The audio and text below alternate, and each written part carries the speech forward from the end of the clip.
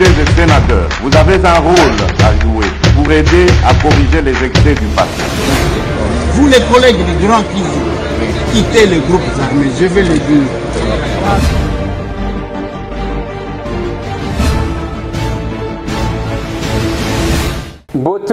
Bote lisusu bandeko nanga bino bandeko oyangai masolona depuis au rythme ya ba festivité. Au rythme ya ba festivité ba mususu ero basi basomi ba sapin ba décorer bandaku lokola ngobila décorer kisasa. Ba mususu pe loboko na litama ba kotala ba oba ya kotika na mokili. Masolo na depuis bandeko nangai na lingi tobeta masolo ya mbutu na FCC. Didi Manara na FCC kibino lobi na tela kibino lobi lelo na kotia ye lisusu. Aze Matembo, Constant Mutamba. Likao. Masolo na depuis c'est l'humiliation de la RDC. Na par l'Éthiopie. Inerbe, Balobi Libungu Tulu, 0. Nakoya ko développer. Boula nanga bien. Justice Yambo Cannabiso contre la vision du chef de l'État. Sur 147 cas, il y a corruption, il y a détournement. Il y a saisi la justice. Bango, batabla kaka sur 10 cas de oyo isuka bazakuna te ya bango priorité za mapangu ya bato masolo aéroport ya Bunia eza na mauvais état ndenge tozolo baboye moi avion moko ango ezalaki kokende kuna SJL et suspendre ba vol na bango kuna parce que moyen bato bakitaka izate bato bakokufa on a suspendu l'atterrissage, la souffrance, les calvaires, les bandes. Alors que Batouba Sepelaka, quelques témoignages, il y a Batou Yamogijo. Par rapport, il y a Oyo à Salaga, parce que Naïb Sakabino, c'est un jeune monsieur qui n'est pas un traduit praticien chercheur. À Salaga Makambu, il y a l'Oposo, et il n'a pas compétence, naïe. Nyon surtout, il y a eu des témoignages parce qu'il a convaincu même Baminde. Masolo. Masolo na depuis te bande konangai, ils ont lobby des gens de Tokozwa bave na bino. Boko tinda ba vidéo na bino, ko banda 0h ya lelo. Ti sukanango lobby na 6h30 ya Kinshasa. Au sali vidéo na eu à 30 secondes, il y a 1 minute au Tindi. Au souhaité joyeux bonne fête na ba oyo olingi. On peut estimer que on recommandé biso pour 2022. On recommandé biso. Masolo. Boyebi ke lobby na vandi kaka boy na bureau na ngai. Je vois un couple entrer. Ah, 2 couples. 2 couples, wana. Namoni ba o balati ba polo. Ba komi puma, ba o balati ba polo. Isa banzela nzela. Oh, qu'est-ce qui se passe? Ba vite, hein? Oyo balati polo ya ba puma. Ba kotisaki 1 an na bango ya mariage. Avant-hier.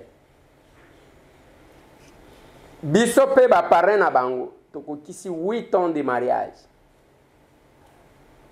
Yango lokola tokendaki pour que tokende ko sepela to sombi gâteau ya mariage to lobi o gâteau tokende ko lia okana ndeko Eliezer babimelinga na bureau.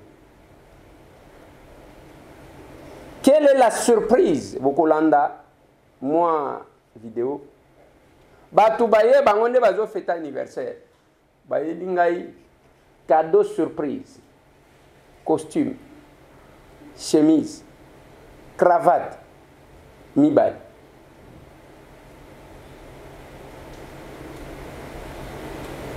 Ah, Telekelinga. Et l'ambiance, toye ko kabola gâteau wana na yeko longwa tard na bureau. Parce que d'abord j'ai étudié, tant on a silisi bazelingai, tant on a silisi tokoti siko na makambo ya nini. Merci beaucoup à ces deux couples. Et Rosala bien autorité à partager gâteau Nabiso à l'occasion il y a 8 ans Nabiso de mariage et avec des gosses que nous avons géré parce que voilà. Merci na couple Bondamba Dali. Oh basali biso cette surprise accompagné à couple et à maître Nicolas Wemankoy. Ça nous va droit au cœur. Nalinga kutuna beta ngoka lelo parce qu'il faut pas bonisa. Merci beaucoup. Merci. Et là comme mususu bande konanga et ça que tangu bazo surprendre yo nengwana, il y a une maman qui est venue âgée. Elle est venue me chercher à la maison. Quand elle m'a vu, elle n'a pas su se contenir. Elle n'a pas su. Alors, bina lukakake avant nakufa namona yo. Et ça linga chair des poules. Chair des poules. Parce que maman a quitté.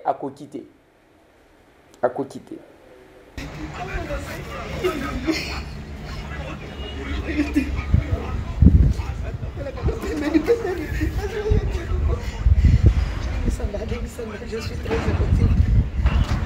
Oui, c'est réalisé.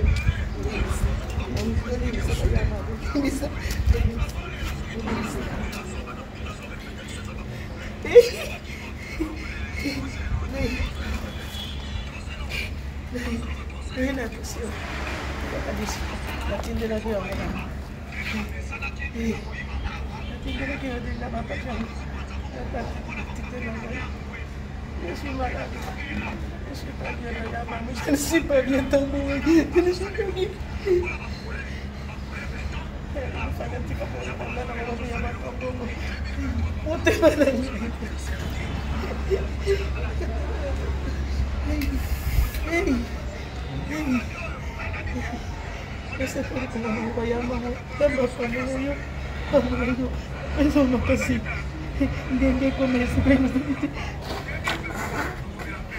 Eh Seigneur,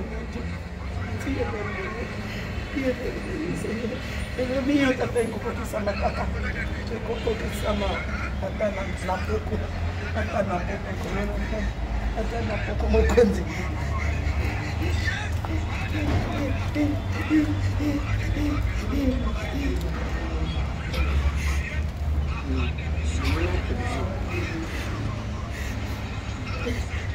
Atana ya pesa kinai. Ni mabeni, ni mpongo kubini kwa la majitekala mkono na zaidi. Na ya kanali, na zaidi na papria tunashika tena pesa yetu. Pesa ngapi yote. Na pesa yetu. Et cette maman-là, cette émotion, elle est contaminée dans la paix. Bisoto lingana kandengo. Et c'est le Congo que nous voulons. Il y a 3 jours, Maman Alice, qui na mobile nae, Baouti France Chantilly, Balobi avant que Tozonga, Tosungata Batumuke, nous avons appelé quelques personnes avec handicap, Baye Basungi Bango, moi Liputa, moi Loso, moi Mafuta, et puis ici quand même bien. Voilà ce que nous pressions. Obino bolinga kate. Place bato bazo finga na wana yo mtu aliboso. Moni asko landi mama wana nenga finyi mtu boy. Te kolaka pe. Yo soki obengi mutu ezatangu bato bazo finga. Ya malamu jamais partageaka. Na lobaka na bato. Ozana posa likamu ya sérieux o sabono koti na ndeko Eliezer Tokokoma. Ou appuyer ou à nos s'abonner, au besoin de cloche. au Kolanda. Mais ce qui vous a j'ai même fait remarquer, il y a mon petit autre. Il y a ceux qui ont appel na ye, et ça que Hollande mutu boya finyo na lobi papa. Mais tant où yo mona ke loko malamu ezo salima. Pona nini obenga ngate ne fiske kolbananga kulutu. Merci. Ce qui aux alakana bango tu te retrouves. On laisse la liberté aux gens de s'exprimer. Ceux qui mutu alingi ko finga monsieur Tambo. Afini ngai. Ceux qui ont aligné minimiser ngai. Minimiser ngai. Ceux qui mutu alingi ko salikambo. C'est de son droit. L'antipathie et la sympathie sont naturelles. Batunyo sotende bako sepela na mutu. Na kobanda te oyo alobinga na landi kuna. Oyo alobinga ngana za kuna te. Mais chacun moissonnera ce qu'il aura sémé. O mutu azolona yango akobukaka un jour. Yo même ya yo bana kaka côté soti otali buzoba ndenge landamaka. Buzoba ndenge landamaka. Et puis, il y a des spécialistes qui ce n'est pas possible. Et vous les encouragez.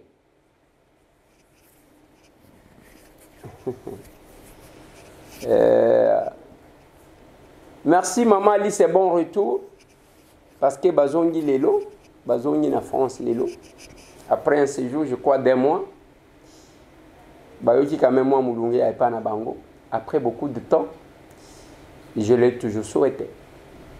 Alors, bien, on a des on a ça, la restaurant à Mounene, le col à Colamba. Parce que, tant que tu as un restaurant, à Tali, à l'Obi. Dans le maman, ils ont des comment quoi au France. Dans le pan, on a vendu. Ils bossent sur le Kouti, au Kouta. À ça, la restaurant, il y a un mois, c'est engagé à payer le restaurant en Isaïe.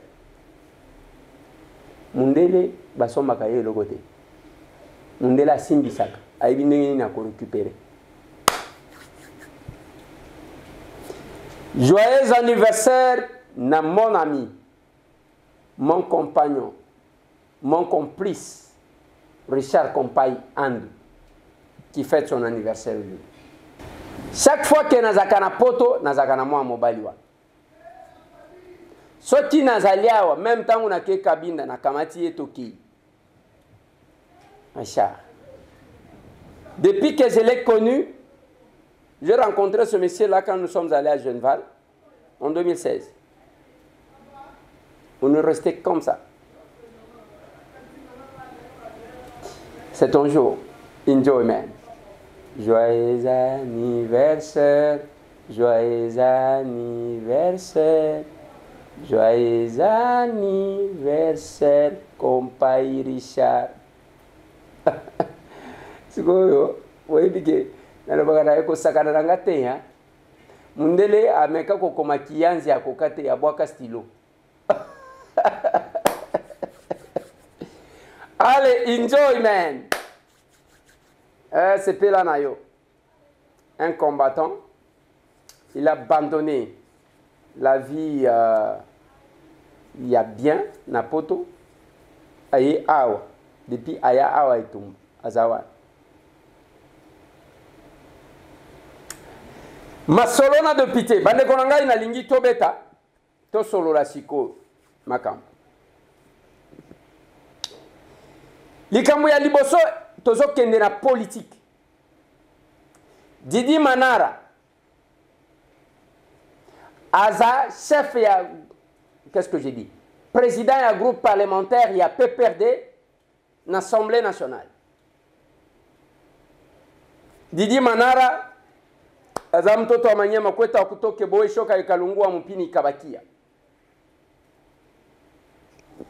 Il a estimé que après makambo ya bloc patriotique abi jamais. Toyebi parce que tangu bango bazalaki na pouvoir na Kabila. Il nous imposait des choses. Le pouvoir basakana kanangote. Il a levé l'option. Habité, il faut que na seni. En depuis na loba ki na bin oh te. Oh to suspendre et to saliboy. Lobi le monsieur, le kola mwana mobali a s'assumer akei. Kwetu akutoke boy shoka ikalungua mpini ikabakia. Mtoto wa Maniema. Suivez-moi ça. Un consortium des élus membres de l'opposition parlementaire, un grand nombre de députés, nous venons de déposer notre procès verbal portant désignation des membres de l'opposition parlementaire devant faire partie de l'équipe de la Commission électorale nationale indépendante.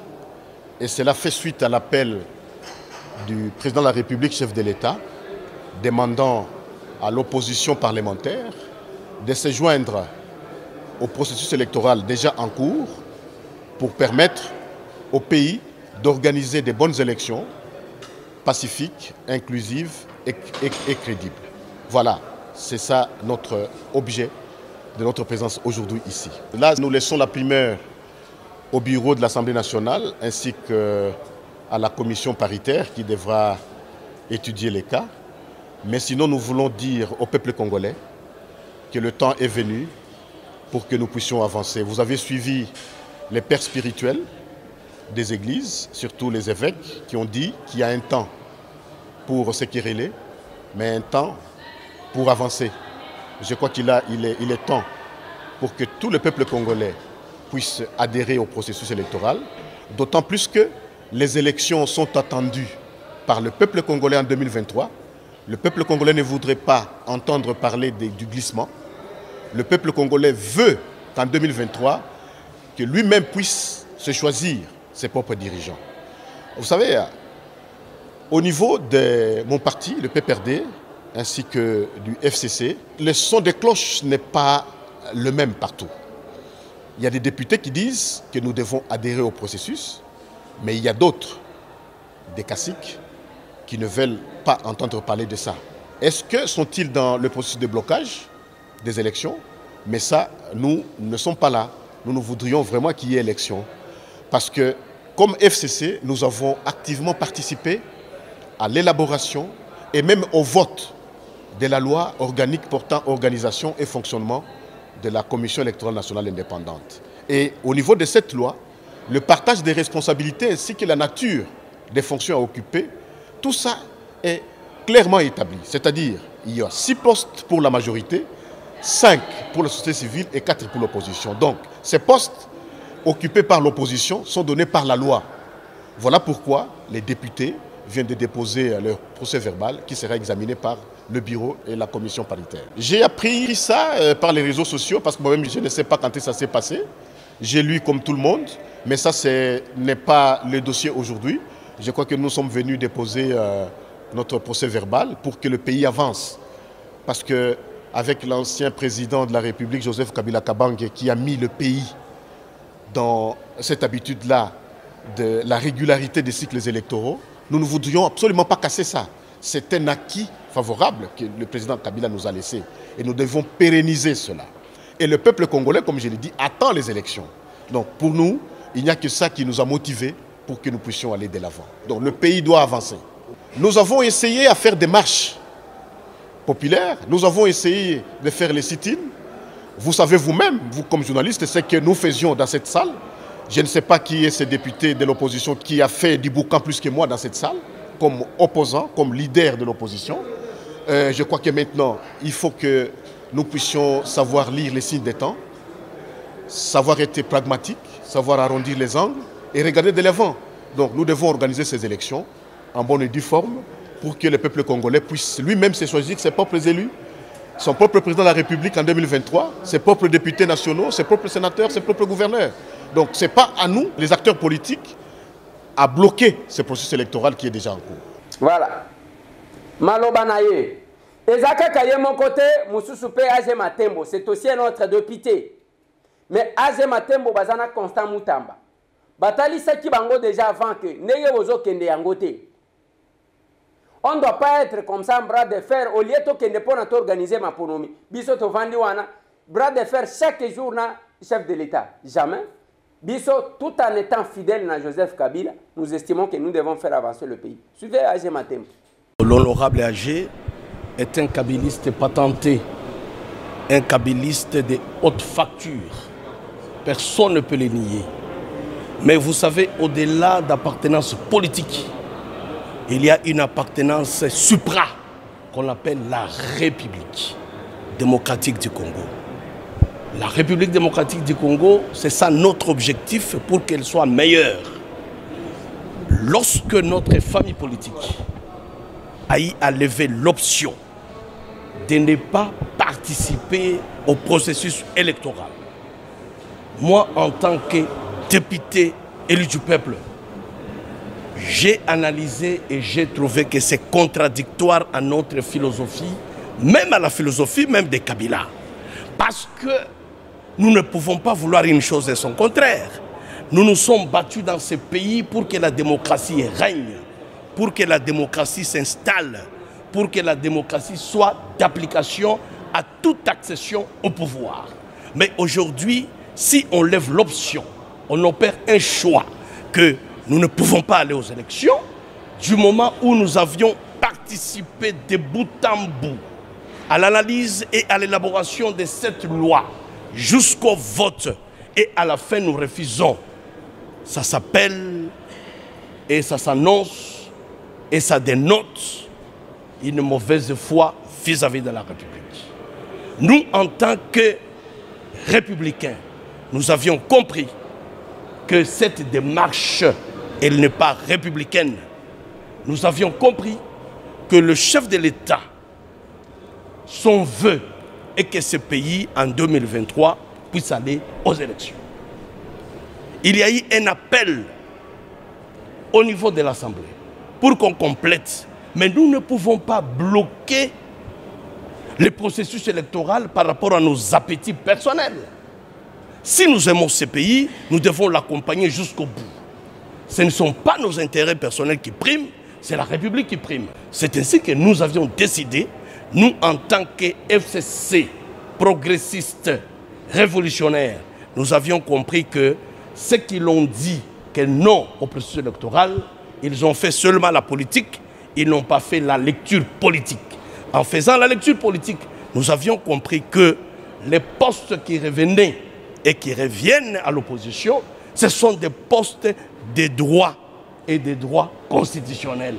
Comment refuser ce qui vous revient des droits et continuer à dire autre chose et la nuit à faire autre chose? Nous avions estimé qu'il était temps de dire au vu et au su de tout le monde que nous sommes partie prenante au processus. C'est ainsi que nous avions décidé de déposer nos candidatures au poste revenant à l'opposition. Je crois que ça serait une fausse lecture. Parce que celui qui sauve la République, en aucun cas il peut être traité de traître. Parce que je dois vous avouer une chose. Les gens dans notre famille politique que nous citons les caciques, ils ont toujours réagi et agi au nom de l'autorité morale de Joseph Kabila. Mais souvent c'est très fort. Kabila a un sens élevé républicain.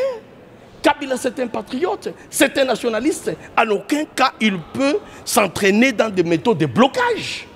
Nous avions compris les jeux de ces caciques. Et nous les révolutionnaires, notre première mission est de mettre terme à la vie politique de ces caciques. Ces caciques qui ont tant bloqué l'esprit originel de Kabila ne peuvent plus avoir la place sur la scène politique. Nous n'avons pas trahi Kabila parce que nous n'avions pas dépassé des bornes.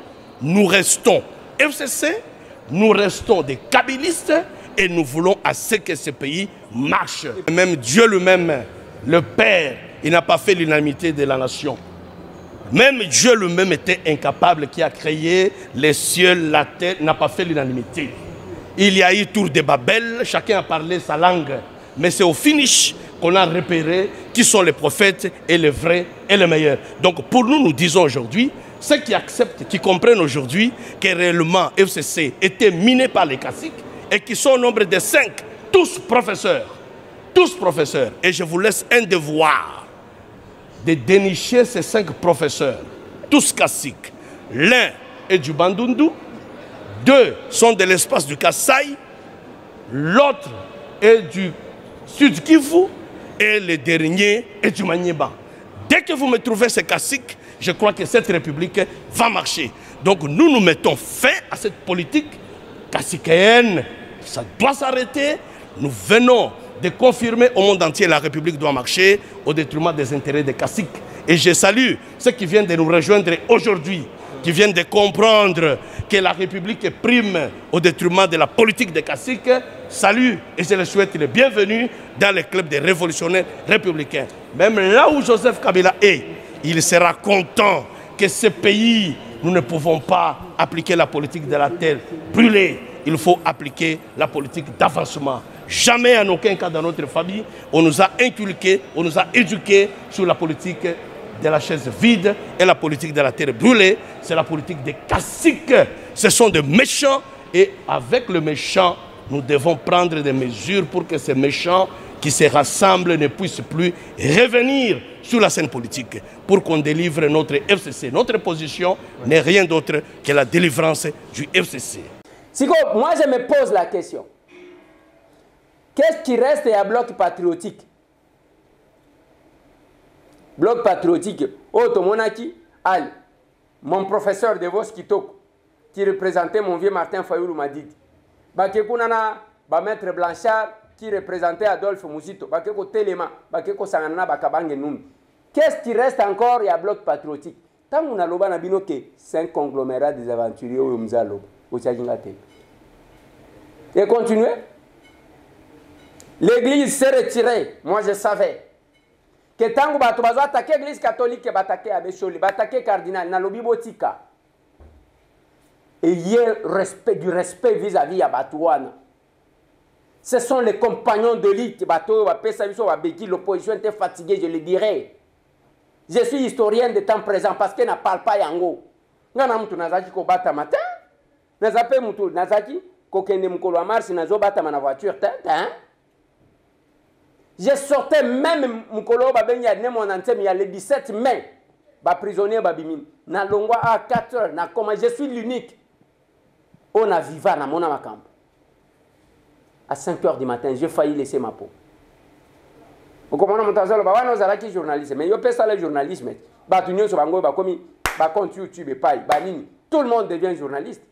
D'une manière ou d'une autre, mon toazu téléphone a sali vidéo na direct. A komi pe journaliste était. Tout le monde a confié à Tchassindia comme journaliste yé azo tunaka yi mituna. Comme paix signé pendenge tozaki ko signé. Nena zo mona batu na lobby. Même quand je parlais à dossier chez BN, vous allez en respect na batu. Vous allez nous énerver parce que tolinga koko taba polémique te tozo tika kanenge bozo salaka buzoba. Ce n'est pas parce que tu es passé dans le média bani ko crier néozanan. Quand on parlait, vous étiez là en train de chanter à la gloire du roi. Il y a Joseph Kabila, bon respecter batu. Chez Beya, a kufa na ba condition biso batamwe to kati ko kufa. Rossi a kufa na ba condition biso batamwe to kati ko kufa. Et quand quelqu'un parle mal, alinga minimiser le procès de Chebeya, moi, nayokaka makila na maezo sangana. Botika toko soit peut-être entre biso. Bino bo vanda na bino. Eza nalobaka na bande konanga poto na lobi bino. Bokomona makamu mususu. Vous nous fabriquez des monstres dans ces pays. Parce que mon toit gagne. Allez, bokekuna bobandi kotala. Alobaki. Qu'est-ce qui se passe? Ce sont les gens qui chantent à la gloire du roi dans ces pays. Pendant que bisona bino tozo bunda. Yango na lobaka na bato. Lelo. Okoyo quand même ceux qui eso oki peut-être boké tu vois yambo. Peut-être mutu akoloba ezana batu ngai tambwe jamais koyoka na telemia wana bani koloba et puis je ne peux pas na bani ko attaquer. Ce sont mes frères ces gens-là. Mutu akosala la mukaki mabe attaquer ngai, où est le problème? Nous sommes une famille. Et toyebi wapi to uti. Les gens qui se sont battus na côté le matin awa na bani ko finga na lobi te. Mutu moko oya kotaka na nzela ya mabe de le départ na lobaka na ye zande konanga odombo. Et je l'appelais, il m'a affirmé que yenda azali ko tinda ba mama moko ba finga kanga. Na lobi ba mama ngo zo tinda bango pona salio nini. Et puis ba mama ngo bovandi pe kaka ba pesi bino ordre bo finga bo bandi ko finga iza soni na âge na bino. Et je lui avais parlé en tant que mon frère. Parce que ces combats que nous avons menés, nous nous sommes complétés.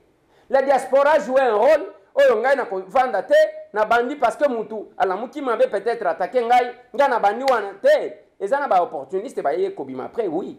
Mais il y a les gens, biso batamou, même quand on avait des problèmes, ce sont ces gens-là qui nous soutenaient. Et je ne peux pas dire parce qu'il y a eu divergence, peut-être une incompréhension. Hein? Chaque fois que je passais, même ceux qui n'ont pas aux États-Unis, na Kiti, na Zaventem, na eu téléphone, na bengi ya edi, soit na bengi commandant ESO, soit na bengi boketua yamba.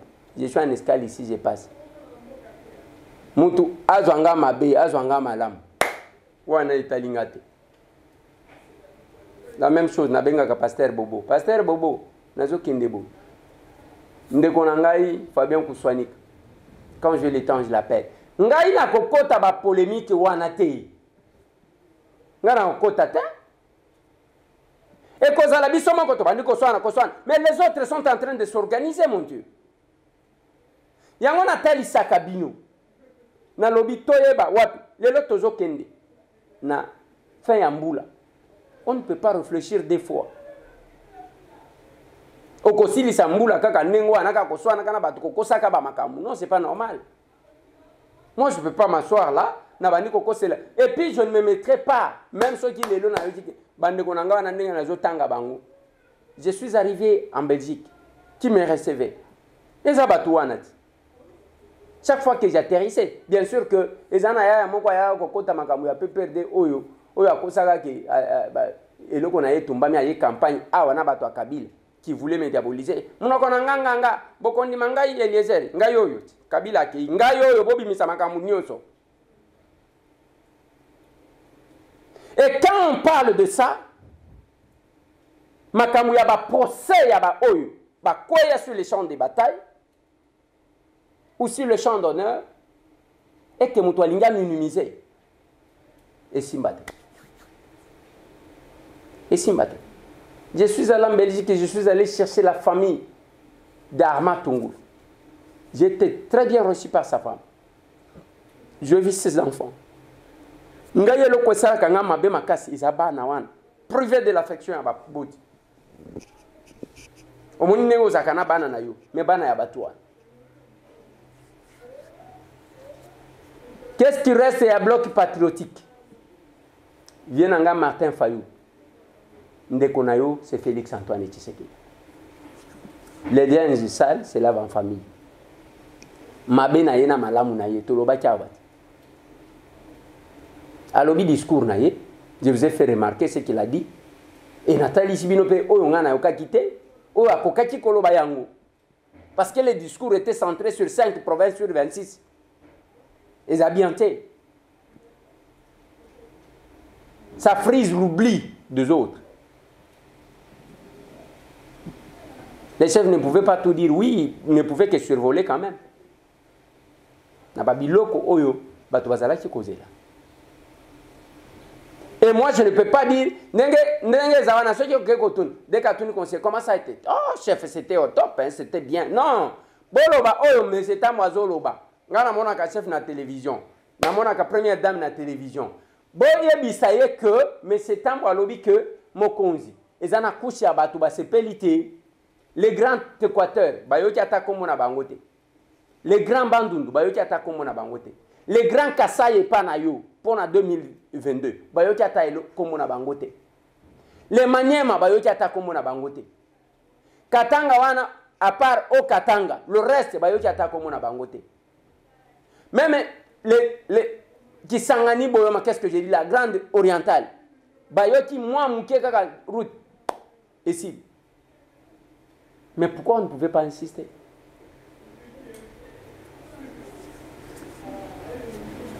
Masolo. Tozo Zelasiko, Seni c'est parti. Bientôt nous sommes de la commission PAG.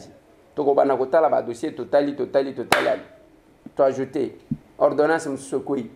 Bureau s'affichait complet. Il y a Seni. Et nous allons.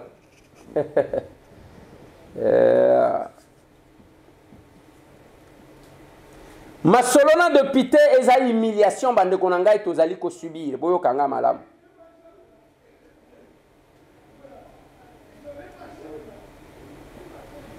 Le ndenge tozali awa ba congolais bande konabiso baza bloqué na Addis Abeba na Éthiopie.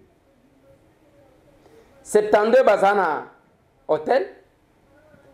Il y a 25 bazana aéroport na habité ceux qui babaki sami parce que les avions arrivent à tout moment. Bakangani ponanini, je vous mets quelques vidéos, après je vous explique. Suivez ces vidéos là que nous avons sélectionnées pour vous. On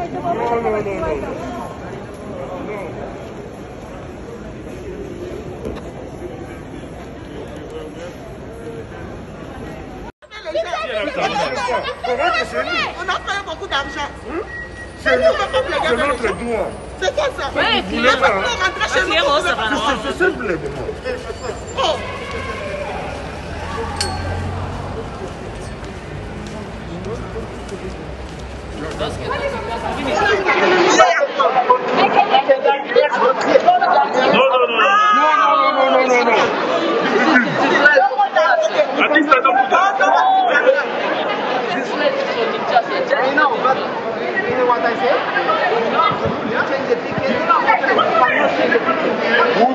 Manager.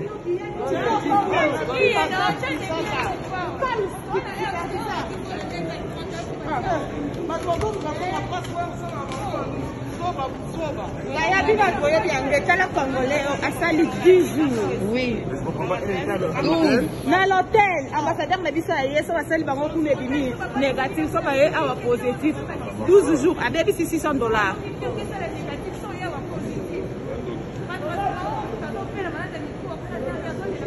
Baza 70 et quelques personnes pour nous. Baza à 12 jours.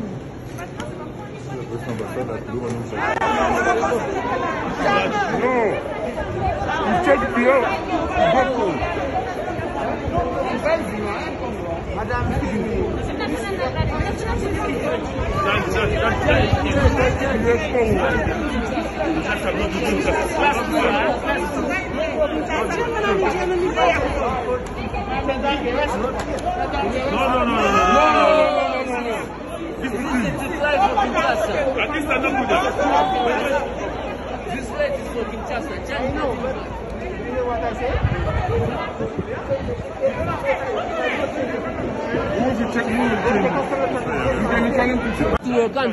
Non, on a dit que ça va venir. Bon, qu'elle est gay.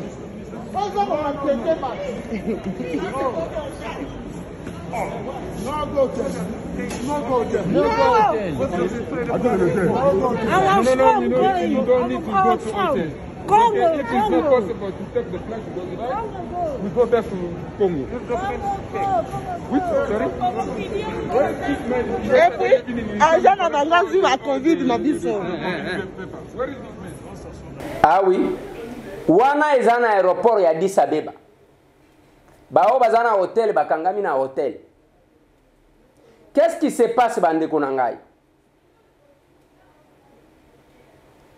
Batu basali si ba test parce que pour na ozo avion il faut sali sa test ya Covid. Express ezana $55 na ba hôpitaux mususu. Place mususu $45. Oya ke okozwa lobi $30. Okena inerbe bo salisi okena ba maison pungu o salisi. Okamati vol na yo okei. Les 3 heures, ceux qui 3 heures, ceux qui 4 heures, tout ça là, awatina Addis Abeba, okiti, ba tester yo na aéroport wana, obimisi ko positif, kandengo longwe wana. D'abord, maladie na nzoto wa mutu, pour ne se manifester, il faut 14 jours au moins. Mais awa balobi na yo que, oza négatif. Okomi wana na aéroport ya Addis Abeba, ba bloqué yo, ba memi yo na hôtel. Ils appellent au félité. Et nos frères sont en train de souffrir. 72 personnes, bazana hôtel, bamisusu lali libana na aéroport. Image wana na tieli bino ezaya lelo. Et test ango ba yebite prix fixe ezate bamsu bazozo $100, bamsu ainsi de suite. Mais ce qui s'est passé, nazo tiela bino, l'État congolais va dépêcher le ministre. Le VPM, il y a Affaires étrangères, Christophe Lutundula. Bolanda est sur place. Elle vient d'arriver à Addis Abeba, notamment pour avoir les informations les plus correctes sur cette situation voici le dernier rapport que je viens de recevoir. Effectivement, c'est une décision qui a été prise par Ethiopian Airlines à la demande des autorités émiraties. Elle s'applique à tous les passagers, quelle que soit leur provenance, leur pays d'origine, tous les passagers en partance pour Dubaï. Et effectivement aussi, il y a eu des testés négatifs au départ et déclarés positifs par suite du texte qui s'est fait ici à l'aéroport, de texte rapide. Parmi ces passagers, il y a des Congolais. Au jour d'aujourd'hui, le chiffre est arrivé à 70 personnes. Et notre mission diplomatique a mis toutes les batteries en marche pour qu'on refasse le texte. Le texte a été refait, cette fois-ci, au centre de l'Union africaine. Parmi les 70 Congolais, il y a 18 qui se sont avérés négatifs. Maintenant, les démarches sont dans le sens, soit de leur permettre, selon leur décision, de rentrer au pays ou de continuer le voyage. Mais les conditions d'hébergement, est-ce qu'elles sont correctes? Effectivement, les conditions de prise en charge ne sont pas celles qu'on aurait souhaité. Au départ, c'était un peu plus compliqué, mais ça s'est amélioré un tout petit peu parce qu'on donne à manger et le personnel de l'ambassade de Saint-Pierre ont un contact plus normal avec eux. Voilà. Wana Christophe Lutundula sur place. Et comme il a un diplôme et la classe, donc nous perdons Nyonso, même sur le plan médical. Alors, il y a Kouti, bazo sala batu batest. Bakamati quelques Congolais, batuana bamemi bango bakesi ko na nini na centre ya Union africaine, na Addis Abeba, bake basali bango, ebele babimi que bazana Covid te. Mais si bazui bango ba confiner bango kuna batu bazana eloko akolia te, bazana elamba te parce que bilamba eleki bazali batu bazali kokende na ba Dubai banini. Et si eleki na avion bakitisa kite. Na malili, na nyonso bande kona biso bazana condition wana. Bande kona ngai. Écoutez, les Éthiopiens bakosakana na biso te quand même. Éthiopiens wana babandaki na vol moko awa na Kisasa. Lelo bakomi kosala au total 28 vols. 28 vols par semaine. 28 par semaine. Mbongo combien lelo soki tokangeli bango bakokende wapi? 28 vols par semaine. Bande konangai quelque part là, oyebi ezana makambu ya kobonde la te. Ya ndenge bomoni Christophe Lutundula. Oui, félicitations au gouvernement ya Sama Lukonde. Ndenge akei kuna. Félicitations à FPM.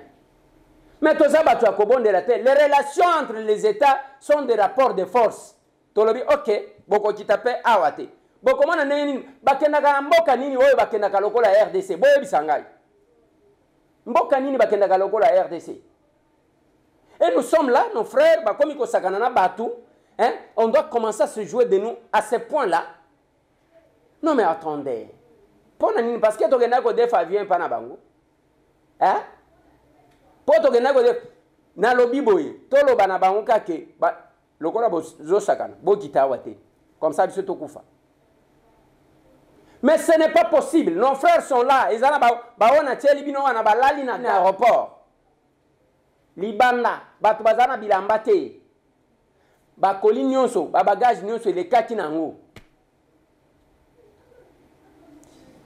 C'est quand même compliqué. Na lignina lobela makambo ya justice bande konangai. Félix Antoine Tshisekedi Tshilombo. L'homme seul. Quand il y a détournement des fonds, quand il y a corruption, oyo va saisir Kobanda janvier 2020. Tina, moi où il était en novembre, 147 cas. Vous voyez que justice a tablé kaka sur 10 cas. Nous sommes en Italie. Bango ka makamu ya mapangu, ba makamu nyonso, bokende même na kingabwa batu bazo tomboka kuna. So hydrome, bake kuna kozwa. Kuna okuta ndenge bazo bimisa ba muscle kuna ya kosakana te. Et le reste on a abandonné, bien sûr. raison comme kaki ata soki tokangi ndeko Eliezer ata soki tokangi bango bazotika bango politique na bino eza compliqué bazotika bato mais nga na lobby bokanga bo se laver devant la nation pour na ko bénéficier confiance. La justice ne va pas bien travailler si la justice ne bénéficie plus de la confiance de son peuple.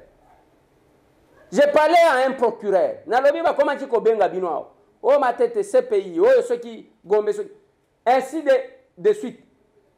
Et ça parce que le peuple s'est retrouvé dans Moussala Nabil. Awa Bozongi, même le chef de l'État a commis qu'on regretté. Moutounion soit regretté. Bazolo Bawanate, Bazo Kangabato, ça devient comme ça. J'ai dit aux gens, chacun doit marquer son passage. Bon, on est à Lingette. À Lingette, place à Zawana, Lelo, même ceux qui a Koufi Lelo. Même ceux qui ont Kewapi, dès que Moutoua s'est présenté, c'est l'enfant de qui? D'Alinguet. Comment on a moins respect à cause de ça? Tu prépares à caper vie à Bananabiso. Et ça y est, papa, tata mobimaka kofinga kabatu ko salaka buzoba ozo kolate ozo talata âge na yote. Nalobaka na batu botala suki ya noir oyote soki natiki ko tia sirage awa nyonso koma pembe. J'ai presque dans 3 mois nazo totaliser 80 ans ngana bombaka âge na ngate. Bolanda biloko ya mwindu te bachaka nga yao sirage oche. Mais tant que zokola, il faut ça la kamwa biloko moko boy. Okotike la bana na yo nini? Honneur, personnalité, considération. Moi na yo ce qui a se présenter ba kozo ndenge nini. Et partout où vous êtes, botika, je conseille ba bazana appareil judiciaire, les magistrats na ba juge. Kolobate ke batunyo so bazo sala. Fais l'exception. L'inspection générale des finances, qui coexistaient, ça n'a pas commencé par Alinguete. Alinguete a profité, il y a occasion, Nani, chef de l'État Pessier, a sauté dessus pour se faire un nom. Nandenge ya bien. Awa nenge même bazo nommé batwa. Hier, j'étais avec le directeur de cabinet à chef de l'État. Na mema ki ba jeune bazali ko tungisanga ndeko Eliezer na memi ba. Nalobi na ye monsieur le directeur de cabinet. Awa ndenge boko vande la binomano mana bino wana. Je sais boko nommer batu moko boyu. Mais c'est un boisa demandeur, na demandeur te. Je vais rester au parlement. Mais bon c'est la kabiso ata batu ya. Ata azata na moi souci moko ya muke kaka. Ngana lobaki na bino. Lelo si le chef de l'État m'appelle. Alobi ndeko Eliezer olingina chayo wapi na lobi changa premier ministre. Oui, tchanga premier ministre. Ngana zo kamangayo ozo tike ponani.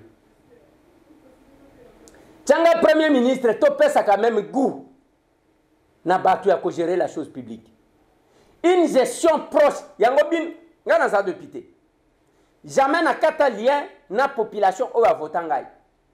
Et je vous ai toujours dit ce que oti muto azolo ba mabe na ngai. Ezake monsieur Tambo asali le côté ta.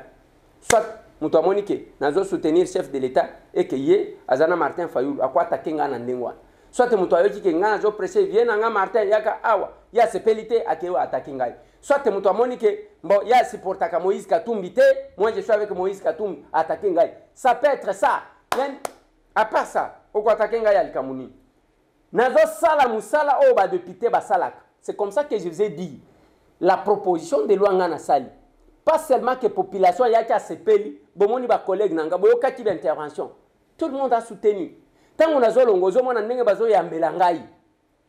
Combien de lois to voter o batu bazaji ko sepela. Botangela nga. Muto ko tana ye munoko, atie munoko. Non, oh des petites lois. La grandeur d'une loi et zandenge population nzako zo yango. Quand j'ai déposé cette proposition de loi, ce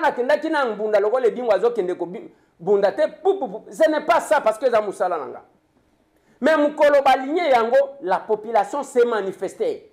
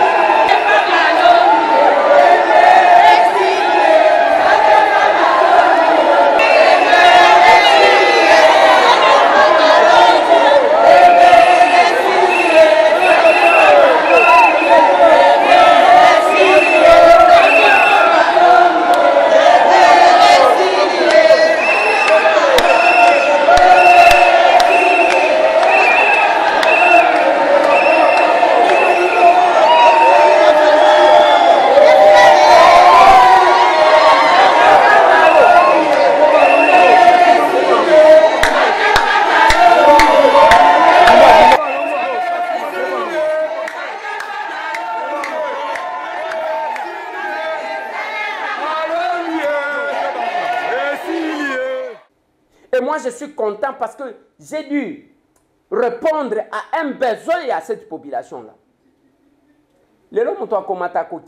Il restera noté.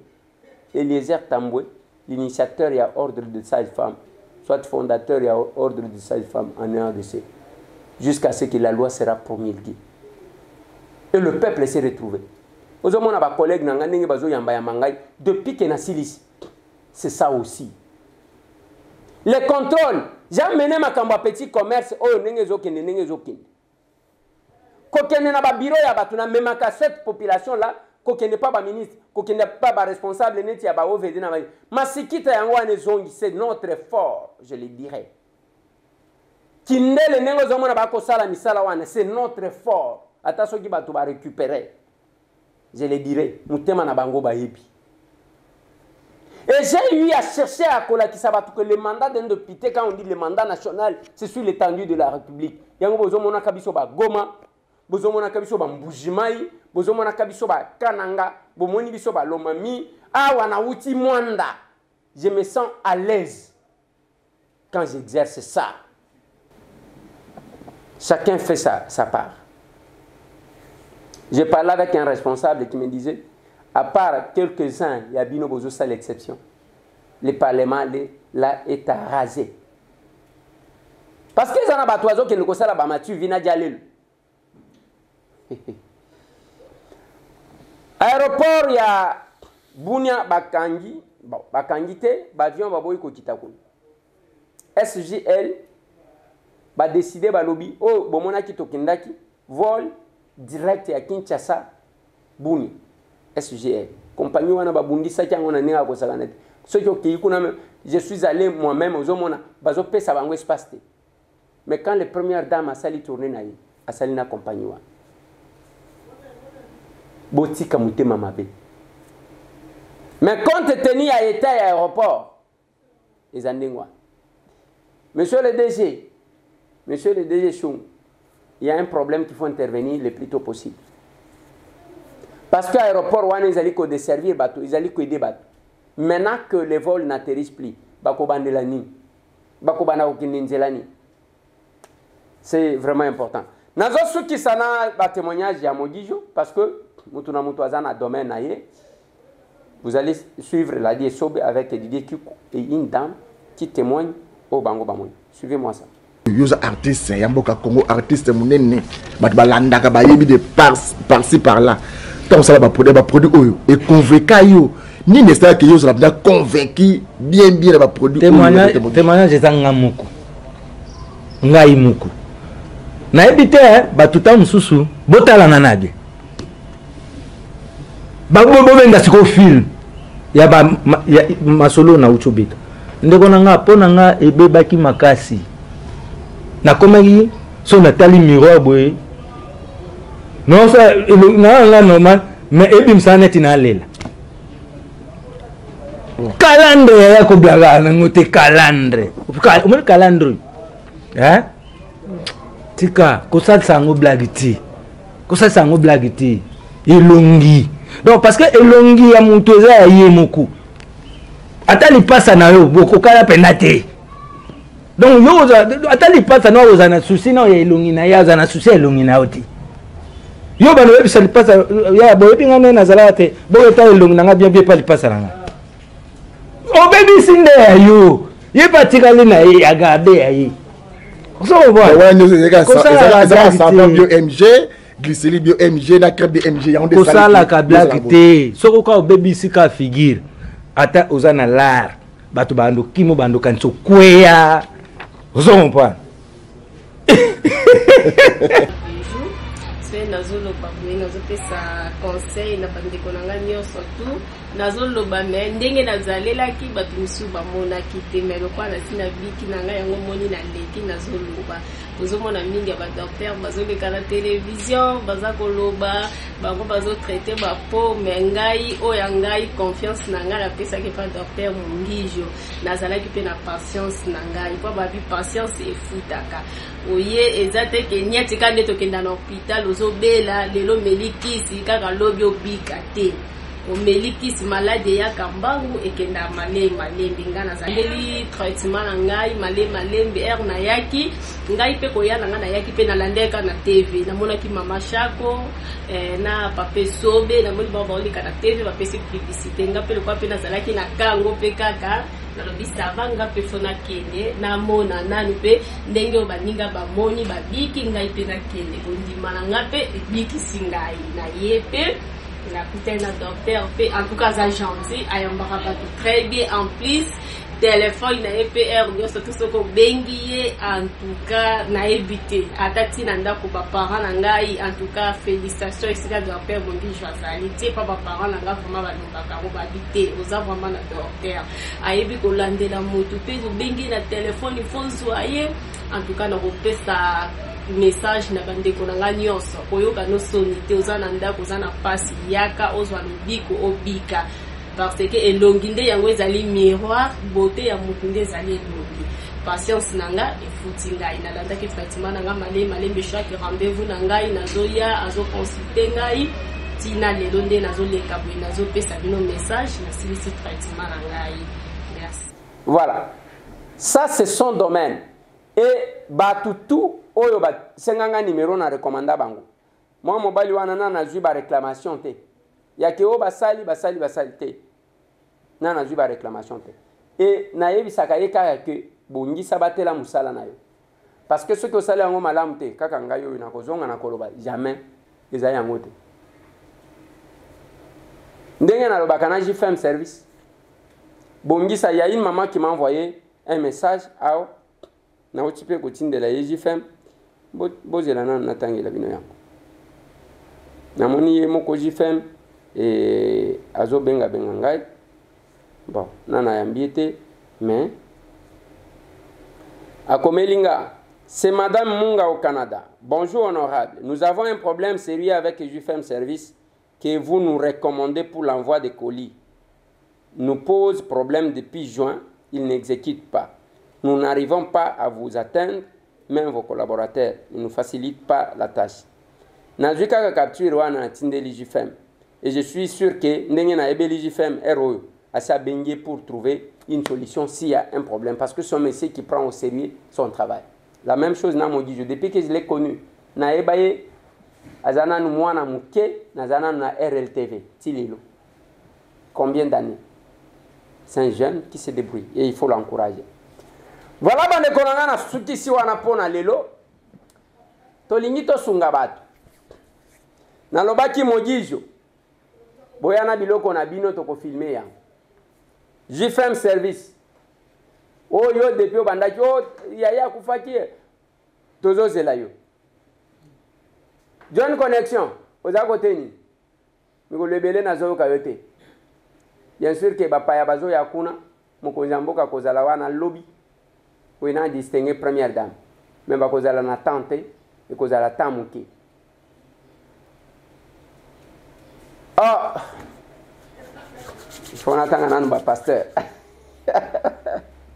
mamani nazana posa ya welanga loso soso na mafuta hein to pesa ba orphelin na handicapé na dit que chaque église va sunga kabat mais awa na senyi quand même na cadre ya pesa moninga suri pasteur Walesa l'homme ya dona nazozela soki moko alandi te bino ba collaborateur na yebo kolanda bokateleka mwandambo papa nazana posa ya loso na yebi yo makamuningo sala nazana posa ya loso nazana posa ya carton ya soso nazana posa semoule nazana posa mafuta na ko filmer na kolakisa ngo bato mon papa Jules Bumba mutu aboya sentimental fidèle na l'apôtre qui l'a soutenu Sikaten mutu ya église Dieu créateur Dieu de Sikaten apôtre Jules Bumba papa nana posa ya loso nazana posa ya semoule nazana posa ya mafuta nazana posa ya soso na dit que chaque église bosalaka Mais on a même ton enseigne. Parce que na lukanenge ni ako faire face. So ki ako landate yo sambe la kakuna okate dika ndambo lobi papa ne ko lezera lobi boy. Elo on a ko senga yango. Nazaka na sponsor te. Ya so ki ndenge ni. Nous nous débrouillons. L'année passée, ça m'a coûté 23 000 $. L'action. Mais je suis en train de me débrouiller pour n'avoir l'année où on a ça. Plus de 143, 998, 311, 330. La vidéo n'a pas tous les langues à partir à minuit. Merci.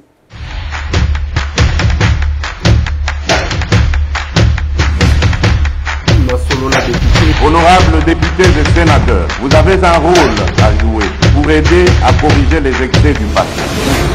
Vous les collègues des grands qui quittez les groupes armés, je vais le dire.